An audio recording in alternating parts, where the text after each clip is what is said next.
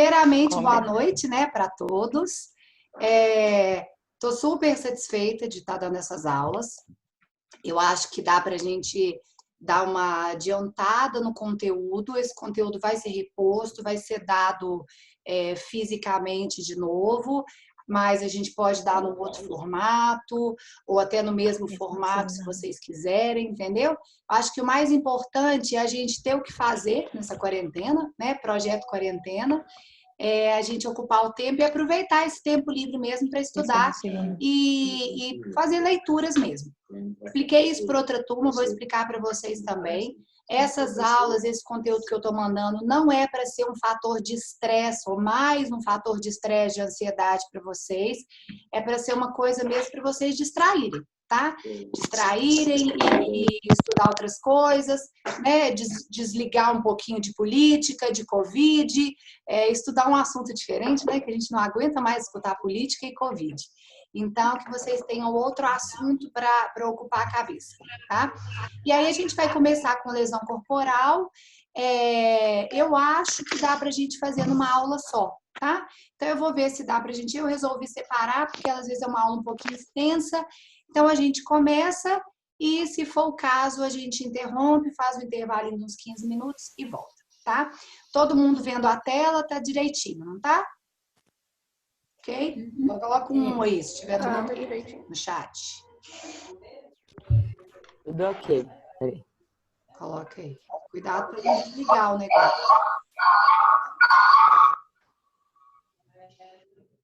Ok. Então, vamos lá.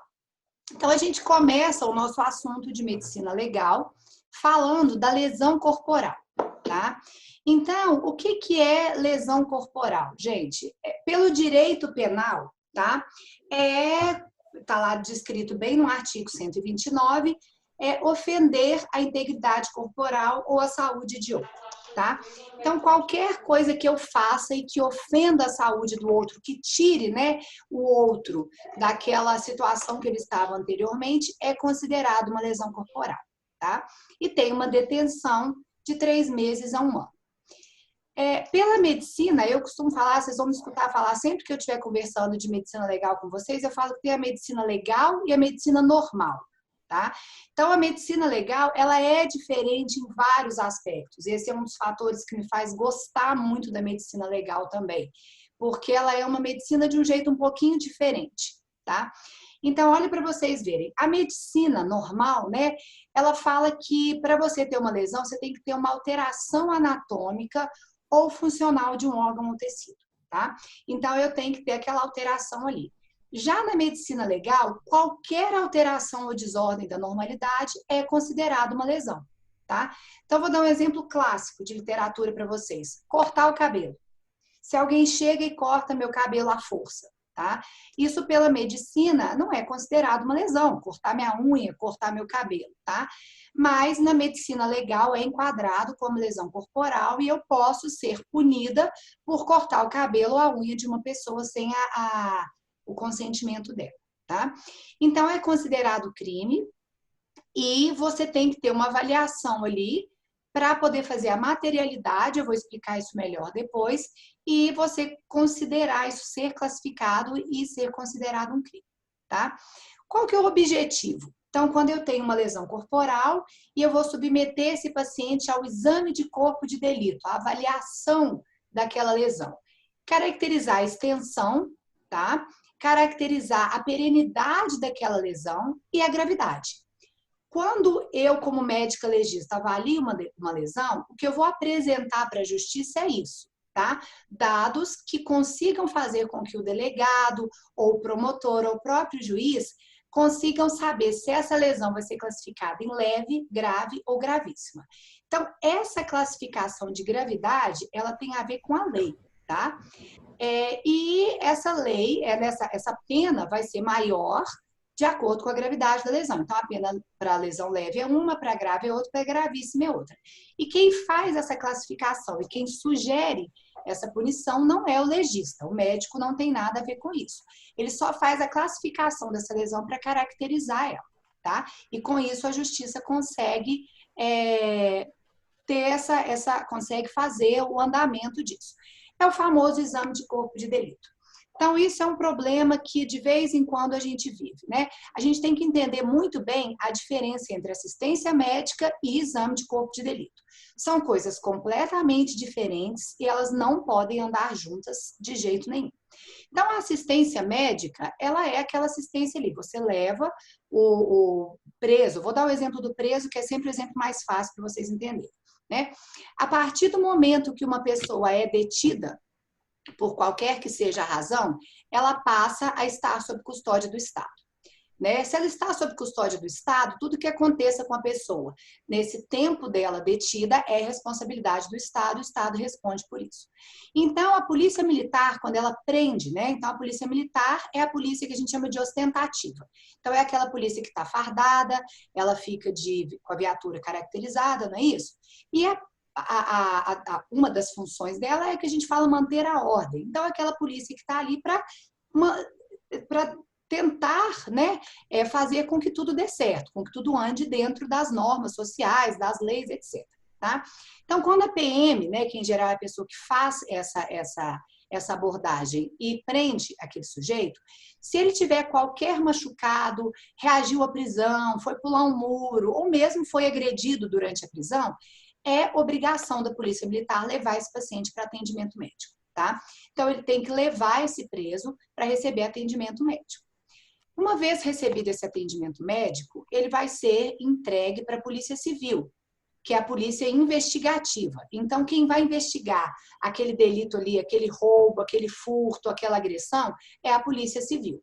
Então, a PM, ela entrega a pessoa e, né, os dados, e a Polícia Civil vai investigar isso. Tá? A Polícia Civil vai definir se esse preso vai ser preso mesmo em flagrante, se ele vai pagar uma fiança ou se aquilo não é crime, ele vai embora. Tá? Uma vez que ele é definido que ele vai ser preso, ele tem que passar por um outro exame para ele ser liberado, né? Ele vai mudar de custódia de novo. Então, ele estava sob responsabilidade da PM, aí agora ele está sob responsabilidade da Polícia Civil, e depois ele vai ficar sob responsabilidade da unidade prisional, né? Da polícia, não da polícia, né? Da instituição prisional. Ele vai para o presídio, tá? Então, quando você tem essa mudança, cada um tem que garantir que deu assistência completa àquele detento. Então, eu vou chamar, neste momento, na Polícia Civil, o médico legista. E o médico legista vai avaliar esse paciente, vai fazer um exame de corpo de delito, tá? Para que esse preso vá para o presídio e troque a custódia, entenderam? Tá? O legista, ele não dá nenhum tipo de atendimento assistencial, não pode. Então, nenhum médico que vai fazer o exame de corpo de delito, ele pode dar atendimento assistencial. Por que isso? Parte-se do princípio que o exame de corpo de delito, ele vai ser utilizado como prova de apuração de um crime. Então, se um paciente ele é agredido pelo marido, por exemplo, uma mulher é agredida pelo marido, o exame de corpo de delito ele vai servir como prova para aquele inquérito. Se eu, Andressa, sou médica dela, ela é minha paciente lá do consultório de otorrino, eu não teria, teoricamente, uma imparcialidade, tá? Para avaliar esse caso. O legista ele tem que ser o mais imparcial possível. Ele tem que se basear em questões técnicas, tá? Para definir aquela lesão. Então, a relação médico-paciente, ela tira essa imparcialidade. A gente sabe que quando a gente tem uma relação médico-paciente consolidada, a gente tem empatia ou antipatia, tá? Porque eu posso também, aquele paciente é muito chato, eu vou prejudicar ele aqui no exame de corpo de delito, tá? Então, não é só sentimentos bons que a gente pode ter inclusive sentimentos ruins dentro daquela relação médico-paciente ali. Então, o atendimento assistencial, ele impede o médico de ser perito daquele caso. Ok? Entendido até aqui? Qualquer coisa, vocês me interrompam aqui no chat, por favor, tá? O que acontece, então? Eu posso fazer, sim, um exame de corpo de delito baseado naquele laudo médico, tá? Então, eu posso pegar um laudo médico desse paciente, esse preso que foi lá passou pela UPA, por exemplo, e foi atendido, e daí o médico fez um relatório para ele, né? Declaro que fulano de tal esteve aqui apresentando tal e tal lesão. A gente volta um pouquinho mais nesses documentos médicos na aula de responsabilidade profissional, tá? E eu posso pegar este exame e fazer um laudo de corpo de delito indireto. Nada me impede de fazer isso, tá? Mas às vezes a gente tem que fazer. Então vamos lá, continuar a andar um pouquinho, né? Nessa parte. O que eu caracterizo? A primeira coisa, eu tenho que pensar nas causas e nas concausas. Olha que interessante isso aqui. A causa, eu acho que é muito fácil para todo mundo, é a reação direta. Se eu dou um soco no olho de alguém, aquele hematoma é uma reação direta àquele soco que eu dei, ok? Ninguém tem nenhuma dúvida. As concausas é que são um pouquinho difíceis e às vezes é difícil de você conseguir provar tecnicamente aquela relação, aquela ligação. Então, o que seria uma concausa anatômica, por exemplo? Vou dar o exemplo clássico de literatura, tá? Uma destrocardia. Então, o paciente ele tem o coração do lado direito em vez de ter do lado esquerdo, tá? E daí eu falo, ah, não, mas eu dei o tiro no tórax do lado direito justamente porque eu não queria acertar o coração e pegou do lado direito, tá? Não vai dar muito certo, tá? Só se você tiver um advogado muito bom. Tá? Mas, assim, em geral, você fala, ah, talvez tal lesão não fosse tão letal se o paciente não tivesse essa alteração anatômica. Então, qualquer alteração anatômica que piore aquela lesão é considerada uma concausa anatômica, tá?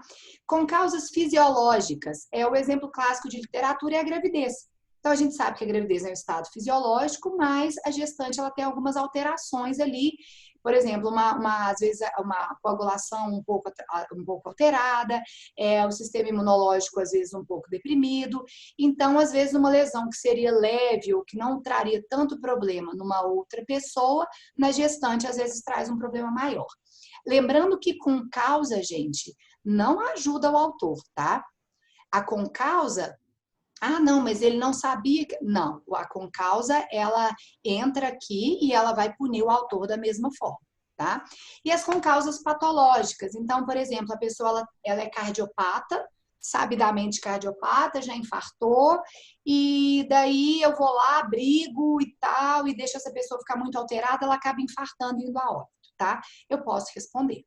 Eu tive um caso exatamente assim, um caso meu, que o filho discutiu com o pai e ele jogou uma pedra. E essa pedra acertou a região do apêndice tifoide, tá? E o pai infartou e foi a óbito. Na hora, ele caiu e foi a óbito. Daí o exame de necrópsia chegou à conclusão que realmente ele morreu de infarto, tá? Só que como o filho sabia, entendeu? Então ele responde por lesão corporal seguida de morte. Tá? Ele não responde só por lesão corporal leve. Se ele não tivesse morrido, a pedra deu apenas uma equimose na região do apêndice tifoide. Seria uma lesão corporal leve. Então, as concausas, elas acabam aumentando um pouquinho aí essa questão da gravidade da lesão, tá? A classificação aqui.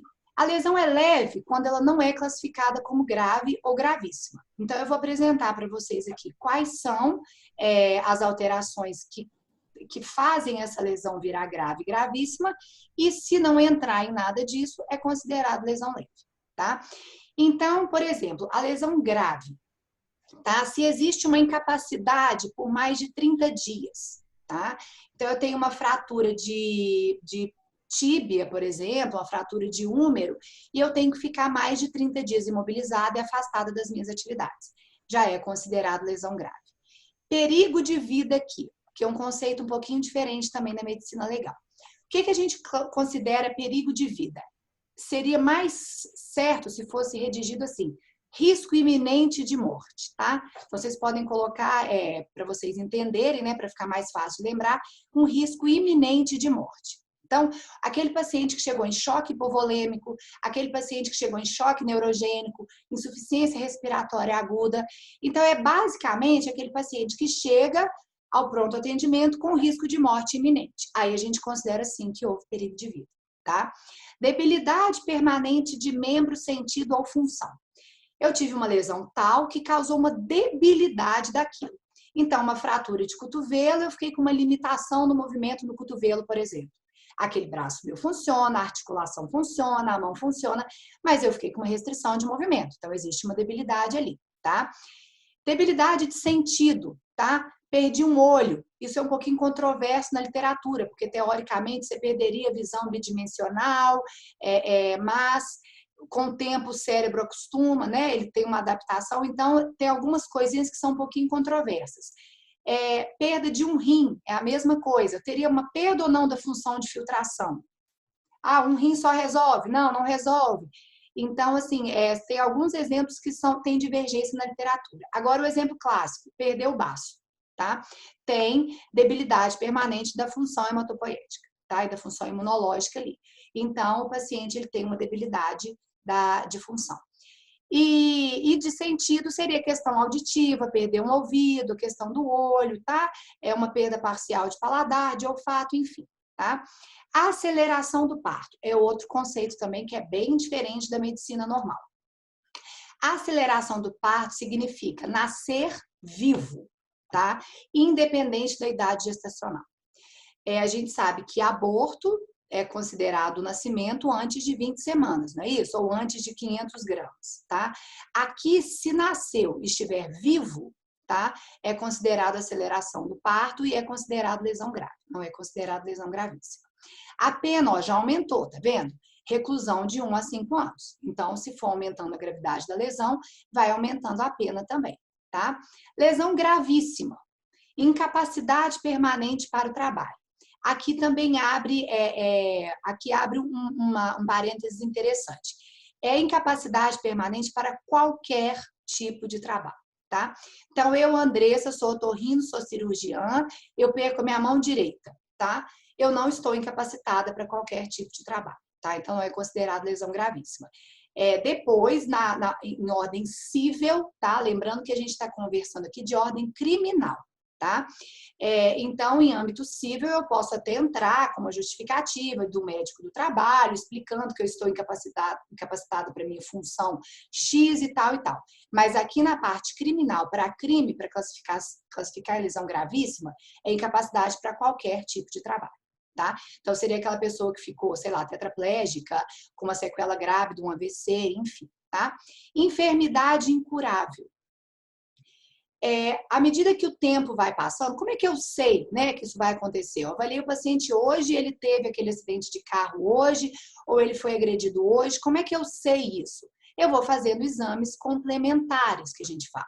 Então, eu avalio ele hoje, daqui 30 dias eu reavalio, posso fazer isso de forma indireta, ele pode me enviar só os relatórios médicos do tratamento que ele está fazendo, reavalio daí 6 meses e eu tenho que reavaliar ele até 1 ano, tá?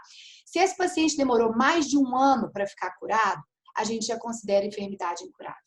Ah, mas ele teve a fratura de bacia, ficou 1 ano e 2 meses afastado e agora está ótimo. É considerado, entra como enfermidade incurável, tá? Perda ou inutilização de membro, sentido ou função. Aí eu perdi mesmo, eu sofri uma amputação da mão, uma amputação da perna, eu fiquei cega, fiquei surda, tá? Eu perdi os 2 rins. Então, aqui já são coisas realmente, quadros mais graves. Deformidade permanente é outra coisa bem controversa, tá? O que é a definição? Vocês vão achar no França, se eu não me engano, a definição de deformidade permanente. É qualquer lesão que fique numa região exposta, tá? E que gere repulsa ao observador, tá? Então, teoricamente, seriam lesões grosseiras de face, colo, pernas, braços, tá?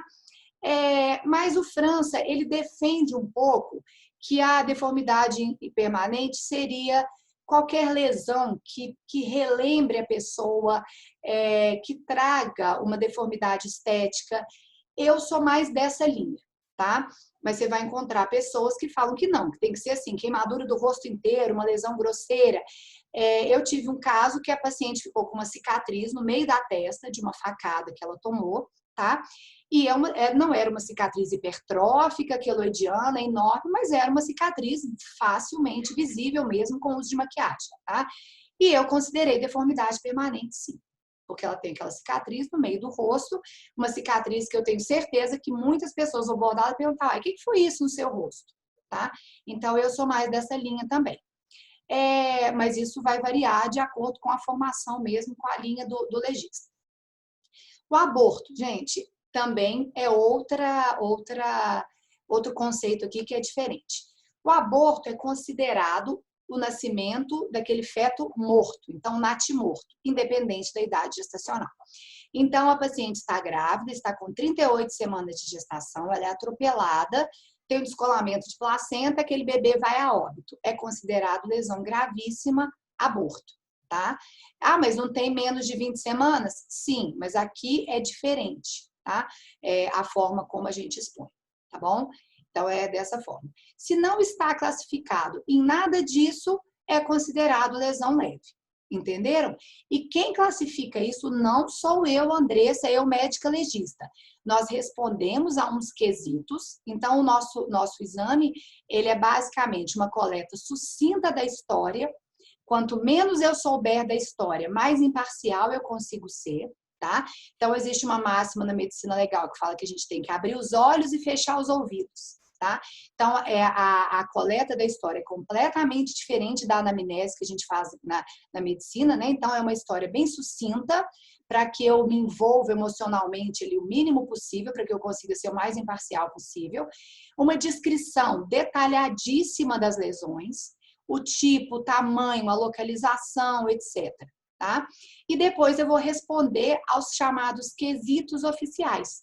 Esses quesitos, eles vão fazer com que a autoridade consiga, a autoridade judicial, a autoridade policial, consiga classificar em leve, grave ou gravíssimo, ok? A pena aumentou também, vocês perceberam, né?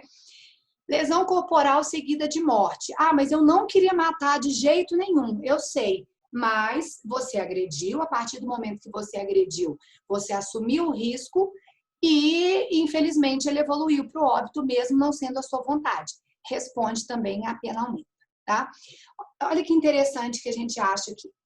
Quando que eu posso ter diminuição da pena? Uma brecha, que é aquelas brechas que a gente fala da lei, né? Se eu for impelido por motivo de relevante valor social ou moral, ou sob domínio de violenta emoção, logo seguido à injusta provocação da vítima. Vocês concordam comigo que eu consigo envolver muita coisa que é muito subjetivo, não é? O que é um relevante valor social? Tá? Até alguns anos atrás, graças a Deus, muitos anos, né? O adultério era considerado um relevante valor moral, tá? Um relevante valor social. Sob domínio de violenta emoção. O que é uma violenta emoção? Tá? O que é uma provocação injusta? Ah, ele falou que eu era burra. Eu não sou burra, isso é uma injusta provocação, tá? Então, você entra aí numa brecha que pode reduzir de 1/6 a 1/3, tá? A pena, ok? Só para vocês saberem que existe isso aí. Em relação à classificação, tá, gente? A lesão corporal culposa, tá? Ela não é classificada. Então, só para vocês entenderem a diferença de dolo e de culpa, tá? É como se, não é exatamente essa a definição, tá? É como se dolo houvesse uma intenção de, ou assumindo um risco de, tá? Se os alunos de direito me escutarem falando isso, eles não vão concordar não, tá? Porque tem toda uma questão, mas vou resumir e explicar basicamente, tá? Seria isso, como se o dolo fosse uma intenção, tá? E a culpa não houve aquela intenção, mas eu acabei gerando uma lesão, tá? Nós médicos, quando nós temos um resultado que é danoso para o paciente, a gente é indiciado por lesão corporal culposa.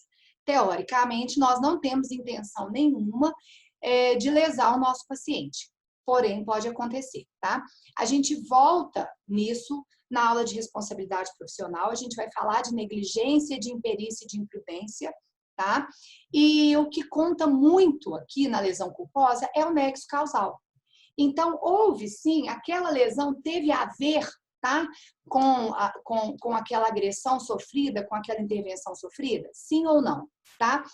E ela não é classificada. Aqui, quando eu falo intensidade da culpa, eu estou falando de não houve intenção de, tá?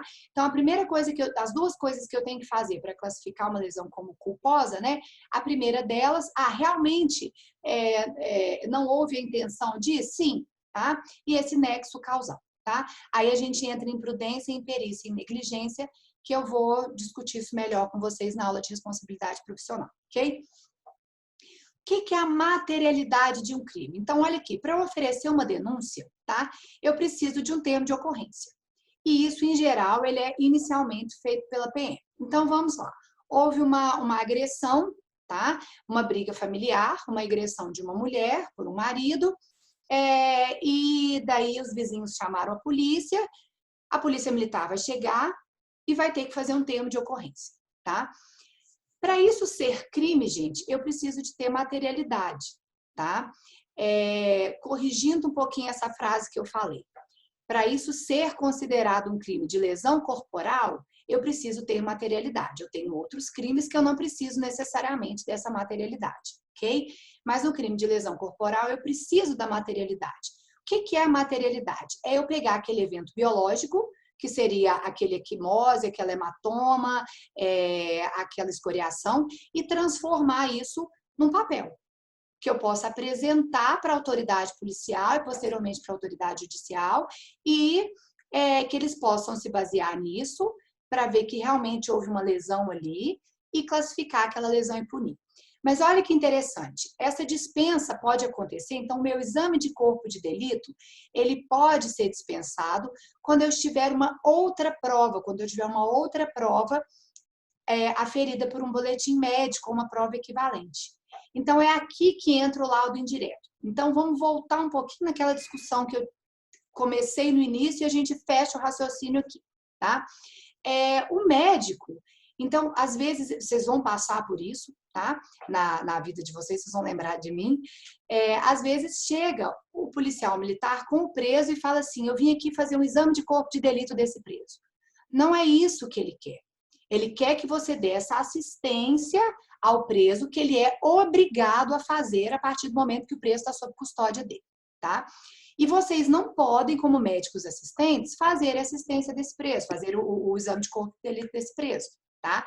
Então, o que vocês vão fazer? Um atendimento médico como outro qualquer, seguindo, inclusive, o protocolo de prioridade de Manchester, tá? O que eu costumo falar, essa é uma opinião pessoal minha, tá? Isso é uma ponderação que eu gostaria que vocês fizessem, tá? O tempo que o policial militar fica lá aguardando o seu atendimento, tá? É um tempo que ele poderia estar na rua fazendo o trabalho dele, tá? Então, se vocês puderem priorizar o atendimento desse preso, é interessante. É óbvio que vocês não vão deixar de atender um paciente grave para atender esse preso na frente, de forma nenhuma, tá? Não necessariamente o preso, às vezes é uma mulher que está escoltada, é um homem que está escoltado, uma criança que está escoltada. Então, se vocês puderem priorizar o atendimento médico dessa pessoa que está acompanhada da Polícia Militar, mesmo que não seja um caso prioritário, é interessante, tá? Mas isso é uma opinião pessoal minha. Porque o tempo que o policial militar está lá esperando o atendimento de vocês, ele está deixando de trabalhar e de fazer o trabalho dele ostensivo na rua, tá? Então, sugiro que vocês façam isso dentro do possível, óbvio, tá? E aí, o que vocês vão fazer? Vocês podem simplesmente fazer um relatório médico, tá? O que ele é obrigado a apresentar? Aprovar lá a hora que ele chegar lá na delegacia de polícia, que ele prestou assistência a esse detento, a essa vítima, quem quer que seja. Então, vocês fazem uma declaração, relatório médico, tá? Declaro que o fulano esteve aqui, foi atendido, apresentava uma equimose, a gente vai discutir melhor essa descrição das lesões, carimbo, data. Só isso, nada além disso, e antes a gente não podia entregar, né? Agora ainda tem essa questão da quebra do sigilo, que você pode entregar isso se for para ser usado na perícia médica, tá?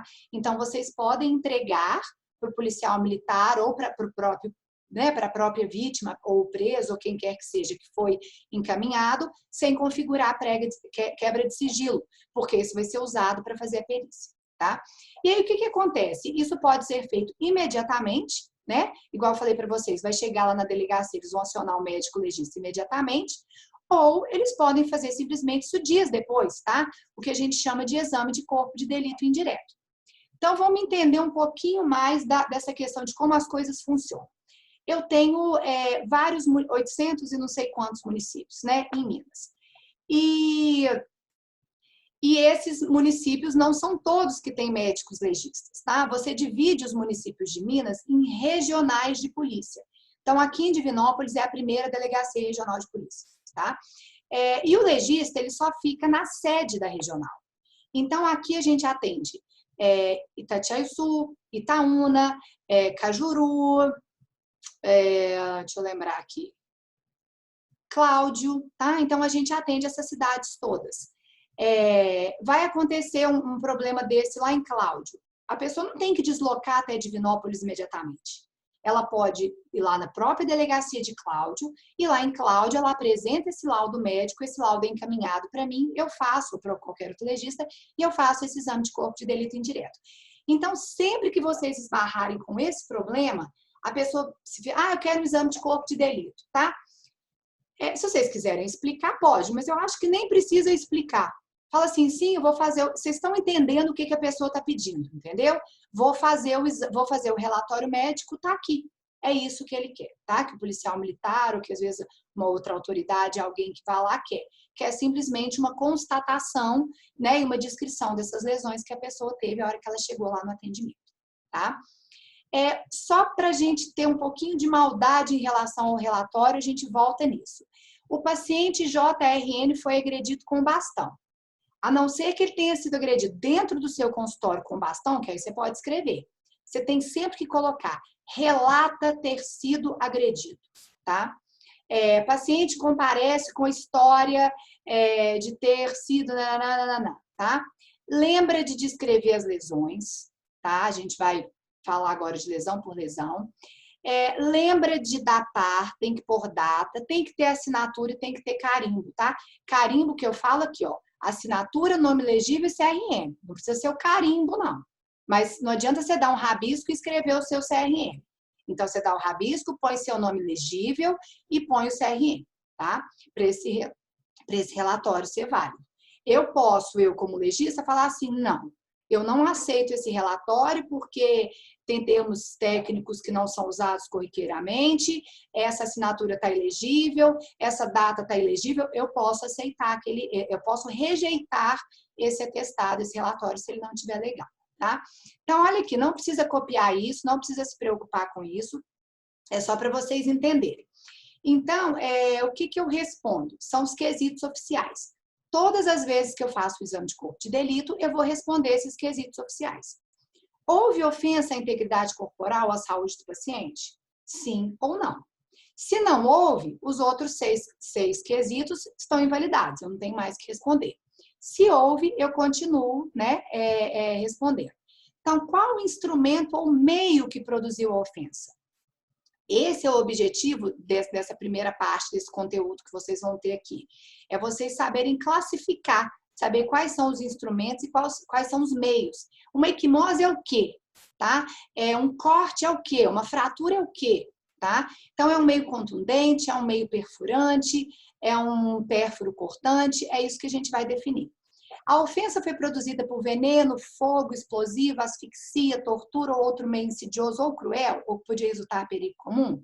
Sim ou não, tá? Aí eu respondo assim, por exemplo, sim para veneno, não para os demais. Sim para asfixia e tortura, não para os demais, tá? Isso aqui é importante também para a autoridade. Da ofensa resultou perigo de vida, aí é aquilo que eu falei para vocês. Houve iminência de morte, choque hipovolêmico, neurogênico, insuficiência respiratória? Sim, né? Aí já vira lesão grave. Lembra lá da classificação? Não é lesão leve mais. Resultou em incapacidade para as atividades habituais por mais de 30 dias? Se sim, vira lesão grave. Eu não sei se vai demorar mais ou menos de 30 dias para consolidar aquela fratura de rádio. Exame complementar em 30 dias. Eu respondo desse jeito, tá? A mesma coisa aqui embaixo. Resultou debilidade permanente de membro, sentido ou função? Lesão grave. Se eu responder sim para debilidade. Incapacidade permanente para o trabalho. Lesão gravíssima. Enfermidade incurável. Lesão gravíssima, né? Perda ou inutilização de membro, sentido ou função. Tá? Gravíssima. E deformidade permanente gravíssima. Então, eu respondo do mesmo jeito. Sim para deformidade permanente, não para os demais, tá? Ou então, exame complementar em 30 dias. 30 dias eu ainda não consegui resolver? Exame complementar em 5 meses. E assim vai, tá? Até a gente conseguir concluir o laudo. É o famoso exame complementar. E eu posso marcar quantos eu achar necessário para eu resolver essa questão do paciente, para eu chegar a uma conclusão, tá? Agora, gente, eu vou dar uma pausazinha, a gente está com 38 minutos de aula, para a gente entrar na traumatologia propriamente dita, tá? Aí a gente podia tirar as dúvidas até esse momento aqui, a gente faz um intervalo de 15 minutos e volta com a segunda parte.